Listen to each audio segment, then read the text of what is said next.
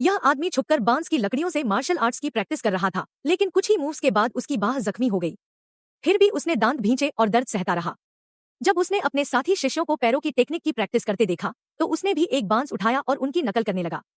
लेकिन प्रैक्टिस करते वक्त उसका बांस कोर्टयार्ड में गिरने ही वाला था।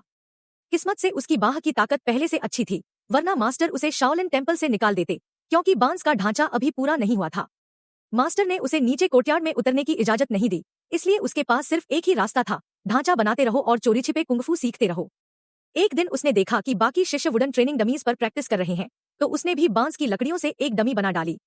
लेकिन जैसे ही उसने डमी को घुमाने की कोशिश की, वह खुद ही नीचे गिर पड़ा। आखिरी सेकंड पर उसने डमी को दोनों हाथों से पकड़ लिया। मास्टर ने यह सब देख लिया और उसे तुरंत निकालने की धमकी दी, लेकिन लड़के ने तर्क दिया कि उसने जमीन को छुआ भी नहीं। मास्टर गुस्से में आकर डमी को लात मारते हैं और वह जोर से घूमने लगती है। मास्टर ने उससे कहा, इसे रोक के दिखा। लड़के ने मौका देखा और वापस छत पर चढ़ गया। आखिरकार जब उसने पूरे मंदिर के चारों ओर बांस का ढांचा तैयार कर लिया तो मास्टर ने आदेश दिया कि अब इसे पूरा तोड़ दो और फिर तुम्हें मंदिर से बाहर कर दिया जाएगा। लड़के को लगा मास्टर मजाक कर रहे हैं, तो वह बांस के पोल्स पर सीधा खड़ा हो गया। मास्टर ने जोर से बांस को हिलाना चाहा, लेकिन लड़का दोनों हाथों से दीवार पकड़कर अड़ गया। मास्टर ने जैसे ही दोबारा हमला किया, लड़के ने बड़ी आसानी से पोल्स पर बैलेंस बनाए रखा और फिर छत पर लौट आया।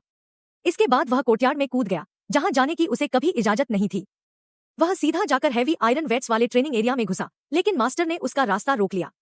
लड़के ने मास्टर का हाथ हटाया और प्रैक्टिस करने लगा।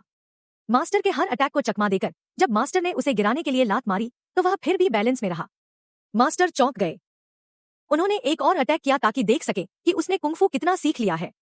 मास्टर के हर वार को लड़के ने बड़ी सफाई से डज किया, यहाँ तक कि ट्रेनिंग स्टिक्स भी तोड़ डाले। मास्टर ने उसे अपनी हथेली से जोर से मारा और वह सीधे एजिलिटी ट्रेनिंग की सबसे खतरनाक जगह जा गिरा। लेकिन जो फुटवर्क सीखा था उसी का इस्तेमाल कर वो बड़ी आसानी से ऑब्स्टिकल्स को पार कर गया। फिर भी मास्टर ने कहा कि वो शाओलिन टेम्पल में नहीं रह सकता, क्योंकि उसका स्वभाव इस जगह के लिए सही नहीं है। लेकिन लड़के को यह नहीं पता था कि मास्टर ने उसे काम इसीलिए दिया था ताकि वो चोरी छिपे मार्शल आर्ट्स सीख सके। और अब जब उसने कुंगफू पूरी तरह सीख लिया था तो वक्त आ गया था मंदिर को अलविदा कहने का।